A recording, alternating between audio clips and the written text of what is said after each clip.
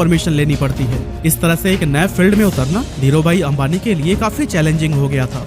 हालांकि काफी मेहनत मशक्कत के बाद उन्हें ये परमिशन तो मिल गई, लेकिन इसके बाद उन्हें पता चला कि वो जिन फैक्ट्रीज से सूत खरीद रहे थे उन्होंने भी एक यूनियन बना रखा है, और जिन्हें फाइनल प्रोडक्ट बेचा जाता था उनका भी एक अलग यूनियन है।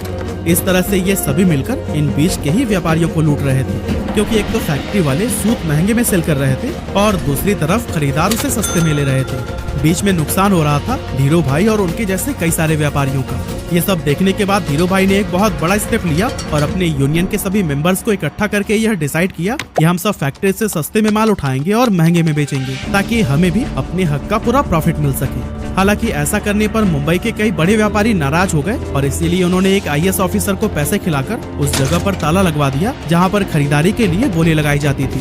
लेकिन दोस्तों, धीरू भाई अंबानी का दिमाग भी किसी से कम थोड़ी था। उन्होंने जब गोदाम में ताला लगा देखा तो अपना विरोध जताने के लिए यूनियन के मेंबर्स के साथ मिलकर अपना सारा माल उसी IAS ऑफिसर के घर के सामने रखवा दिया।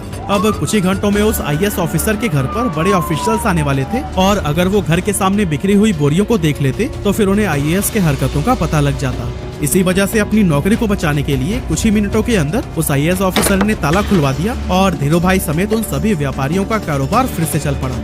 अब दोस्तों, इसके कुछ साल के बाद तक तो सब कुछ सही चल रहा था, लेकिन फिर चंपकलाल दमानी और धीरू भाई अंबानी के बीच में डिस्प्यूट होने लगी। असल में दोनों का बिजनेस माइंडसेट बहुत ज्यादा अलग अलग था, इसीलिए 1965 में चंपकलाल दमानी ने पार्टनरशिप खत्म करने की सोची और फिर दोनों अलग हो गए।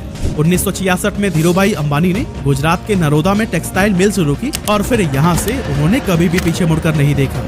उसी दौरान सरकार रिप्लेनिशमेंट लाइसेंस लेकर आई, जिसके तहत व्यापारी बाहर के देशों से सस्ते फैब्रिक मंगा सकते थे, लेकिन शर्त ये थी कि उससे कुछ नया बनाकर वापस से दूसरे देश में एक्सपोर्ट करना होगा। यहाँ पर धीरू भाई अंबानी ने चालाकी दिखाते हुए अपनी सारी सेविंग से विदेशी फैब्रिक खरीद लिया और फिर उससे तरह तरह के आउटफिट्स जैसे कि टी-शर्ट, शॉल और शॉर्ट्स बनाने लगी। इस नए कारोबार के लिए ब्रांड नेम रखा गया था विमल, जो कि उनके बड़े भाई रमणीकलाल अंबानी के बेटे विमल अंबानी के नाम पर रखा गया था। अब मशीनें लग चुकी थी, कपड़ों का प्रोडक्शन भी भारी मात्रा में कर लिया गया था, लेकिन उन्हें बाजार में उतरने से रोकने के लिए दूसरे टेक्सटाइल मालिकों ने एक चाल चली।